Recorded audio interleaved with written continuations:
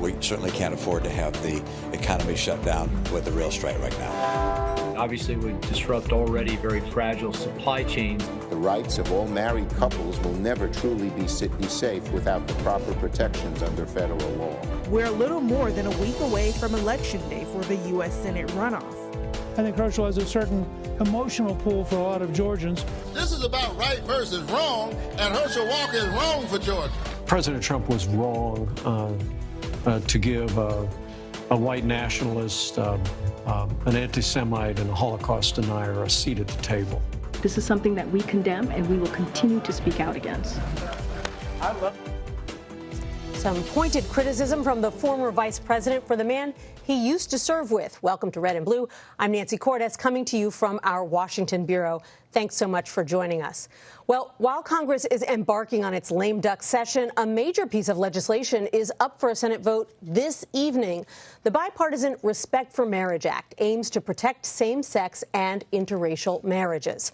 Meanwhile, a potential rail strike is looming over the country, and the White House says this strike could mean more than $1 billion in damage to the economy if it happens. And so now President Biden is calling for congressional intervention. Here's what he had to say. There's a lot to do, including resolving the train strike, what we're doing now, and Congress, I think, has to act to prevent it. It's not an easy call, but I think we have to do it. The economy's at risk. So what exactly does he want Congress to do? I'm joined now by two of my CBS News colleagues to explain. Congressional correspondent Scott MacFarlane joins us from Capitol Hill, and CBS Radio White House correspondent Stephen Portnoy joins us from the White House. Welcome to you both. And Stephen, I want to start with you, and I want to start by reading this really scathing statement that the unions had in response to the president's move just this afternoon. It says, quote, Joe Biden blew it. He had the opportunity to prove his labor-friendly pedigree to millions of workers by simply asking Congress for legislation to end the threat of a national strike on terms more favorable to workers. Sadly, he couldn't bring himself to advocate for a lousy handful of sick days. It sort of feels like we're in bizarro world when you've got a union criticizing the man who has described himself as the most pro-union president ever. How did we get to this point? Well, and look, the president said today it was not an easy call. What you have to remember is some history here. 30 years ago, Joe Biden, as a senator from Delaware, was one of 6 senators voting against congressional intervention to end what was then a 2-day-old national rail strike in June of 1992. At the time, he argued that congressional intervention would favor the companies against the interests of the workers. And now, fast forward 30 years, things are a bit more difficult for a president than they are for one of 100 senators. The president doesn't have the luxury of simply saying, I want to stand for the right of the workers to strike, as he was able to do 30 years ago as one of only 6 of 100 senators standing in the way of congressional intervention. Today, the president warns that there could be tremendous harm to the American economy, that the economy would be put at risk. The White House was talking about chemicals not making their way to water treatment facilities. So the president says that he wants Congress to adopt a deal that was struck about 2.5 months ago, that the administration brokered, that would see to it that the pay of railroad workers increases in the aggregate of about 24% over a 5-year span of the contract. And while it does not directly address, or as much as the unions would like, the sick leave provisions, the president says that he is committed and his administration is committed to dealing with that issue going forward. The congressional intervention could happen as early as tomorrow. House Speaker Nancy Pelosi was here earlier today. She says that there will be a bill that she'll put on the floor tomorrow to adopt the tentative agreement. Scott, Stephen lays it out so well. Basically, there was this deal struck between the unions and the rail companies back in September with the assistance of the administration. 8 of the unions said yes and went along. 4 of the unions voted against it. That's why we're in this situation. Explain what it means now for the president to go this route, where he's basically asking Congress to force the unions to accept this deal and prevent them from striking. Spoke with a lot of congressional sources about this late today, Nancy. It feels like the White House is leaning on Congress to do something it's done only rarely this Congress, which is form some coalition of bipartisan support to get something through the U.S. House. The more liberal members of the House Democratic caucus have expressed their concerns about some of the labor provisions. Some of the conservatives in the House Republican Conference have expressed reservations of working with the Biden administration on many different things this Congress. So there'll have to be this tapestry of Democratic and Republican support to get something done in short order with such a firm deadline. That seems like at least a moderately heavy lift. It really does, because you must have progressives there on the Hill who are furious that they're being put in this position by a president of their own party to basically, vote against what unions want. That is just a position that they don't normally find themselves in. At this point, I know they're still counting. Is there any indication that, A, that Democrats have the votes that they need, and that, B, Republicans are going to help them out with, a block of votes if they need it? I think if the Democrats had the vote, they'd be voting tonight or tomorrow morning. In the early indication, they don't quite have it yet. And I just know from covering labor issues, especially those that come before Congress, there's a certain intransigence to people's positions on labor issues. It's a binary thing in some people's minds. You are pro-labor or you're not. You're 100% or you're not. So I'm not sure where the flexibility is here. I think this is a more dire legislative circumstance than it seemed earlier. Stephen, you had this rare sight of the 4 leaders from the House and Senate joining the president at the White House to talk all of this over. And on his way out, the Republican leader, Kevin McCarthy, who's hoping to be called Speaker in just a few weeks, had some pretty harsh words for the president about all of this. Let's take a listen to what he had to say. The president told us all that this was solved long before the election. And now we find ourselves in the last moments, in the last hours, asking us to rush a bill to the floor. Nobody wants the economy to fail. Nobody wants this to happen. But this is another situation where an administration told us one thing, just like they told us about inflation, was transitory. We found that it was not. This was in a negotiation that was selected by this administration. This was something that was celebrated by this administration, that it was fixed. It is true that the president stood there in the Rose Garden and hailed this deal and said there is not going to be a strike. So Kevin McCarthy there taking an opportunity now that President Biden is going to have to deal with him more than he did in the past to say, hey, I'm not going to let things like this slide. What did you make of his comments there today? It was also interesting to hear Kevin McCarthy say that he got the sense, the administration sensed, that things are going to be different with a Republican-controlled House. Kevin McCarthy says that going forward, his Republican colleagues are going to prioritize spending cuts, energy independence, border security. He said that he invited the president to come down to the border.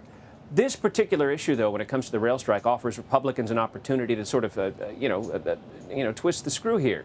The idea is that it's now incumbent upon the Democratic majorities of the House and Senate to pass this measure that would impose upon the unions terms that 4 of the unions' rank and file said that they would oppose. So it definitely puts Democrats in an awkward political position. It was also interesting today to see Florida Republican Senator Marco Rubio say he would oppose this measure because he says he's going to stand with the workers. So there might be some political opportunism here. If nothing else, it makes the Democrats feel even more uncomfortable that they have to vote against the interests of workers who voted against this deal. But they say that the equities, as Speaker Nancy Pelosi put it today, require that the Congress act to prevent a devastating rail shutdown a week from Friday. Scott, I want to ask you about some breaking news before you go, which is that there has been a verdict in a very important Oath Keepers trial that has been watched very closely. We don't know what that verdict is yet, but can you remind us why this particular case is so important? Yeah, it's uniquely important, and I'll underscore something else, Nancy. It's coming in as we speak, so by the time I'm done talking, we may know exactly what the verdict is in some of these counts. 5 defendants accused of being far-right Oath Keepers members and accused of plotting and planning the attack January 6th. Not of organically getting caught up in the moment and the riot that day, but of devising a scheme to very much block the peaceful transfer of power in America and stop the electoral count, of equipping themselves with tactical gear, of staging guns outside the D.C. city limits in case Donald Trump invoked the Insurrection Act. That includes Stuart Rhodes, the founder of the Oath Keepers, and 4 of his co-defendants. A unique case for so many reasons, not the least of which is they were charged with seditious conspiracy, a rarely charged crime in our federal system of a plot to overthrow the government. They're facing 20 years each in prison at a minimum on the seditious conspiracy charge. There are other charges here, too.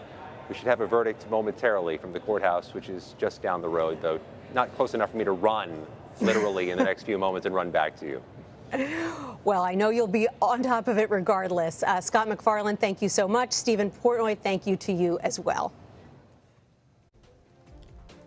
Georgia voters are turning out in full force in a crucial runoff election. Straight ahead, we're diving into the numbers to see how this race is shaping up just 1 week out from Election Day.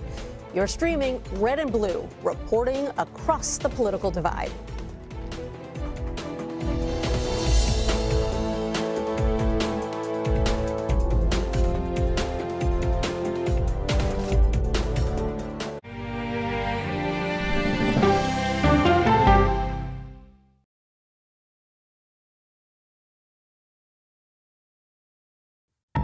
Original CBS Reports documentary. Yoga and wellness has become a place of anti-science. Online clickbait. The algorithms feed you content based upon your own fantasy. Potentially at my peril. There's no question about it. Spreading digital disinformation. Their entire yoga studio and spiritual community got so embedded in all of the QAnon stuff that it became this sick place. Why pro-health people are fertile ground for anti-science messages. We can just go into the whole mask thing. A lot of us just believe that's symbolism for silencing people. People are locked in this mindset. They've been taught to accept what the medical doctors say. No longer are you going to be willing to take any medical advice. It's a big problem that we urgently need to address. An original CBS Reports documentary streaming now.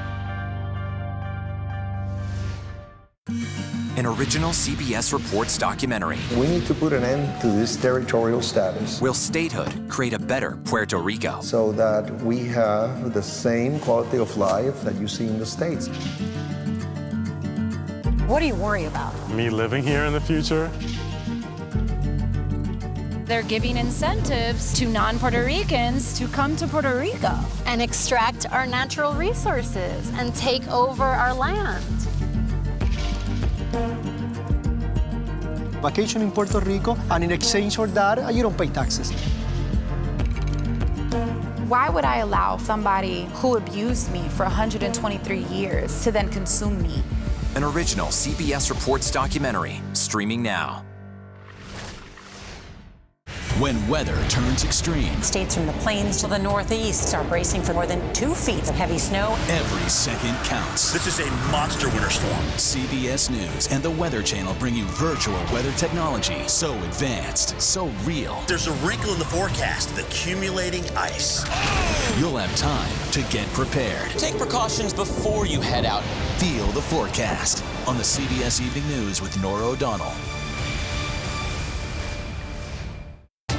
People from every corner of America facing challenges. Everyone is just looking for some type of connection. Just raise your hand and say, hey, I'd like to help. Coming together to find solutions. We are going to do something about it. Their stories are our stories. Welcome to Eye on America. Stream now on the free CBS News app. We are so excited, we just can't hide it.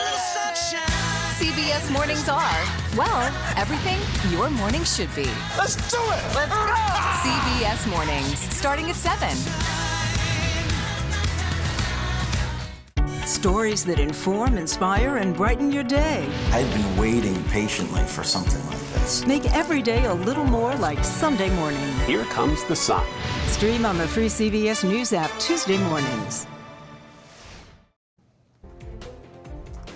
Welcome back to Red and Blue. I'm Nancy Cordes. Runoff Election Day in Georgia is now just 1 week away, but more than 500,000 Georgians have already voted early.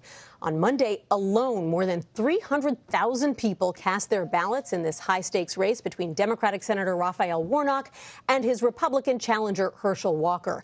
That number shattered the previous single-day record by more than 65,000 votes.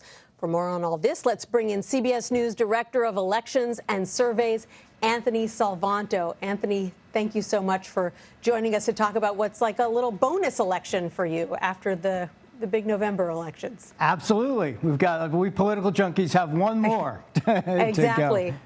Now, early voting has been underway for about a week now. So tell us what kind of data you can gather and what that tells you, what it doesn't tell you about how this race is shaping up. So those numbers you read at the top of this, Nancy, let's put them in context. And the way I want to start doing that is, here's two numbers that are really important, 2 and 1. Last time there was a runoff in Georgia, which was 2 years ago, there were 2 months between the general election and January when it took place. In fact, some folks may recall we were able to project Warnock was the wee hours of January 6th. It turns out there were other events that day. Then this year, we've got 1 month between the general and the runoff. What does that do? What does that do for turnout? Well, the numbers you mentioned at the top are part of the fact that the early voting has been condensed now. There are fewer days, and people may be taking advantage of the fact that there isn't as much time, but that's going to be one of the big mysteries, is what the overall turnout starts to look like. The other part of this, for context, is Democrats in recent elections, including in Georgia, do better in the early vote, and one could even say they need to. Let me show you this.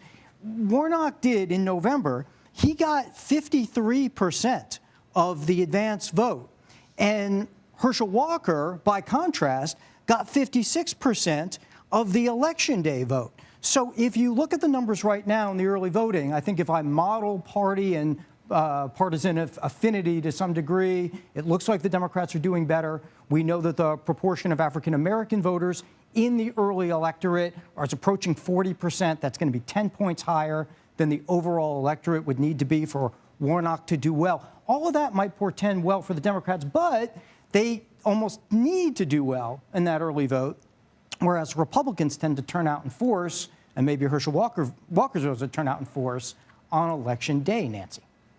So we'll have to see what those early voting numbers continue to look like over the next 6 days or so. Anthony Salvanto, thank you so much for breaking it down for us. That was fascinating. Thanks. It is the biggest runoff in the country, and it's drawing the attention of some political heavy hitters. But some of the biggest names in politics are not going to be making a trip to Georgia. Former President Donald Trump could end up campaigning virtually, but he's not going to cross state lines to make an appearance in person. And President Biden is also not expected to show up on the campaign trail. For more on all this, Tia Mitchell joins me now. She's a Washington correspondent for the Atlanta Journal-Constitution. Hi, Tia. Thanks for being with us. Hey. So explain what we know about why, the sort of some of these biggest luminaries of their parties are not going to be heading to Georgia. Why isn't former President Trump going? Why isn't President Biden going? Well, the simple answer is Trump and Biden are seen as providing, more potential downsides than upsides to coming and campaigning with their candidates, because both of them aren't liked from the other side, So there's concern that if Biden comes in campaigns with Warnock, that Republicans will be energized to say, yeah, we really don't approve of how Biden is running the country, and Warnock's in lockstep with him. Maybe we should replace him in the Senate. On the other hand, if Trump comes to Georgia, that will further remind voters how closely aligned he is with Herschel Walker. And that could, make Democrats and people who are in the center say, we don't want a repeat of Donald Trump. We don't want a Trump acolyte representing us in the Senate. So, I think advisors to both campaigns have said, we'll do without them. Yes, we appreciate their support.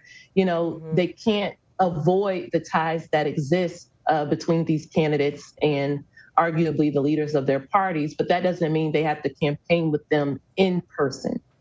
Right, and President Trump went there 2 years ago, and it did not turn out well for his party. There's some really interesting cross currents in this race when it comes to a runoff election. On the one hand, Republicans have to be concerned that Now that this has gone to a runoff, there may have been Republican voters who were concerned about the scandals surrounding Herschel Walker, but went ahead and voted for him anyway on Election Day because they were there doing their civic duty, pulling the lever for more popular Republican candidates like, let's say, Brian Kemp for governor. Now those candidates are not on the ballot. How concerned are Republican officials in Georgia that there are just going to be a certain number of Republican voters who just decide to stay home because they're not excited about a Walker candidacy per se? Yes, it's a big concern among Republicans. It's one of the reasons why Governor Brian Kemp has started to be engaged more in the campaign. During the general election, he and Walker campaigned separately. They both said they had their own races to worry about. But now we're seeing Brian Kemp campaigning for Herschel Walker, and his message is just that, saying if you support me and you want me to do a great job as governor and you want Republicans to have the tools and the resources they need, I need Herschel Walker in the Senate. I need you to show up for me by showing up for Herschel Walker. That's been a big push, as Brian Kemp campaigns on Herschel Walker's behalf in this runoff. He's not making it about the candidate and what the candidate's attributes are. He's making it about, we want a Republican in this seat in the Senate. Show up for me to help Herschel Walker. Important stamp of approval. Tia Mitchell, thank you so much for joining us to talk about this. I appreciate it. Thank you. More Republican lawmakers are speaking out, condemning former President Trump for having a dinner with a well-known white supremacist. We're taking a closer look at the fallout and what top Republicans are saying about that dinner next. You're streaming Red and Blue.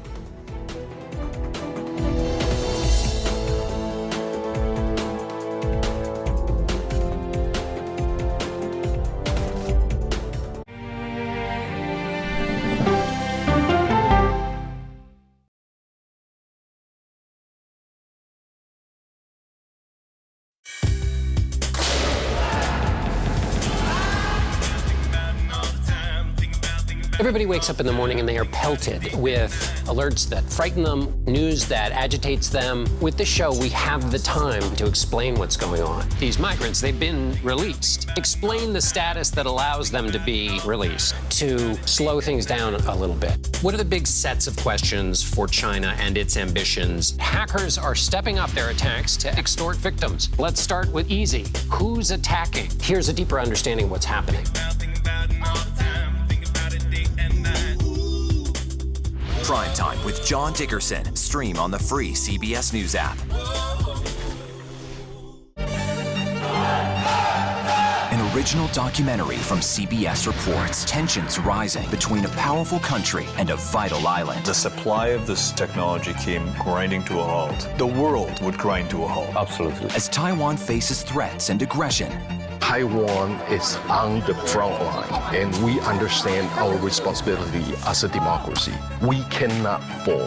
CBS News examines whether they can defend themselves. Putin, Ukraine, China, Taiwan, there are manifestations of the battle between autocracy and democracy. And that is a fight that we're all engaged in. Defending Taiwan, now streaming on the free CBS News app. When weather turns extreme, States from the plains to the northeast are bracing for more than 2 feet of heavy snow. every second counts. This is a monster winter storm. CBS News and the Weather Channel bring you virtual weather technology so advanced, so real. There's a wrinkle in the forecast, the accumulating ice. You'll have time to get prepared. Take precautions before you head out. Feel the forecast on the CBS Evening News with Nora O'Donnell. People from every corner of America facing challenges. Everyone is just looking for some type of connection. Just raise your hand and say, hey, I'd like to help. Coming together to find solutions. We are going to do something about it. Their stories are our stories. Welcome to Eye on America. Stream now on the free CBS News app. When it comes to the money you spend every day, we have you covered every morning. Making money makes sense. Weekdays on CBS Mornings. After decades in the public eye and public service, this mother-daughter duo is now talking about gutsy women. What's the gutsiest thing you've ever done? We go person to person with Secretary Hillary Rodham Clinton and Chelsea Clinton. Now streaming on the free CBS News app. Stories that inform, inspire, and brighten your day. I've been waiting patiently for something like this. Make every day a little more like Sunday morning. Here comes the sun. Stream on the free CBS News app Tuesday mornings. We are following some breaking news. A federal jury has found Oath Keepers founder Stewart Rhodes guilty of seditious conspiracy in connection with the January 6th riots. The decision was reached following a nearly 2-month-long trial. Only one of Rhodes' 4 co-defendants, Kelly Meggs, was also convicted of seditious conspiracy, but all 5 are found guilty of obstruction. We're going to bring you more details as we get them. Former Vice President Mike Pence is criticizing former President Donald Trump for having dinner with a well-known white supremacist. In an interview with News Nation, Pence said Trump should apologize. House Minority Leader Kevin McCarthy and Senate Minority Leader Mitch McConnell also criticized the meeting. The former president hosted white supremacist Nick Fuentes and the rapper Ye, formerly known as Kanye West, at Mar-a-Lago last week. For more on all this, CBS News political correspondent Caitlin Huey-Burns joins us now. Hi, Caitlin. I know you've been talking to Republicans there on Capitol Hill all day as they return from the Thanksgiving break. I want to ask you about that, but first I want to play what the Republican leaders of the House and Senate had to say about this today. They knew they were going to be asked about it once they got back into town. Let's take a look at how they handled it. I don't think anybody should be spending any time with Nick Fuentes. He has no place in this Republican Party. Let me just say that there is no room in the Republican Party for anti-Semitism or white supremacy. And anyone meeting with people advocating that point of view, in my judgment, are highly unlikely to ever be elected President of the United States. Pretty pointed words there from the Republican leader of the Senate, basically saying he doesn't think that Donald Trump should be president again. Yeah, pointed indeed, Nancy, and it was striking that he made that statement without being asked to comment. He came to the podium and essentially was suggesting that he wanted to get this out of the way, get on the record, and saying that the party not only condemns this, but also going as far to suggest that he would have a difficult time being elected again if he continues to do this. But it's interesting because you are starting to see some pointed criticisms from Republicans. You mentioned Mike Pence calling on Trump to apologize. Others who are thinking about running for office in 2024 for the presidency and possibly challenging Trump have also weighed in condemning it. But few are willing to call him out by name. And some here on Capitol Hill have focused on Fuentes himself and kind of still a little bit loath to go out and criticize Trump specifically. And that kind of suggests that this is a party still trying to figure itself out, figure out how to win back elections, how to kind of dive out from under Trump, but also at the same time keeping his base of support very much in play. But I think that you are seeing a notable break, even if small, in the form of people like Mike Pence, who have spent the past several years loyal to Trump, at his side, loath to criticize him in any sort of way. Calling on him to apologize shows that, Republicans are, as one senator put it to us today, these kinds of things are essentially a distraction. And it really reminded me of the last few years being up here when Trump would, do something controversial and lawmakers would have to respond, and it got in the way of the messages that they were trying to put forth. That's now even more pronounced as the party is trying to move forward into 2024 after a pretty dismal showing in this year's midterms. Caitlin, in the minute we have left, you talked about the party wanting to move on, and the RNC has formed this advisory council to help them figure out how to do that. And yet, there are some interesting names on that council, people who have pretty close ties to Donald Trump. That's exactly right. You have people on that council that have ties to Donald Trump, Kellyanne Conway, for example. You also have people who won elections, but also people who lost elections. Blake Masters is also on that council. He, of course, ran unsuccessfully this term for a Senate in Arizona. In announcing this, he said, kind of put some shots at the Republican Party who, decided not to spend on his behalf. And so what's going to be interesting here is kind of what this reveals about itself. You have the RNC announcing this advisory council looking at strategy heading into 2024. You also have another group that they are tasking to look into what happened in 2022. Remember that autopsy from 2012? This is another way that Republicans are trying to figure out what went wrong and how to fix it going forward. But as the controversy that we just discussed, if that shows anything, that shows that this is an uphill climb, especially with Donald Trump already announcing and making waves. It'll be interesting to see what that advisory council comes up with. Caitlin Huey-Burns, thanks so much. Thank you.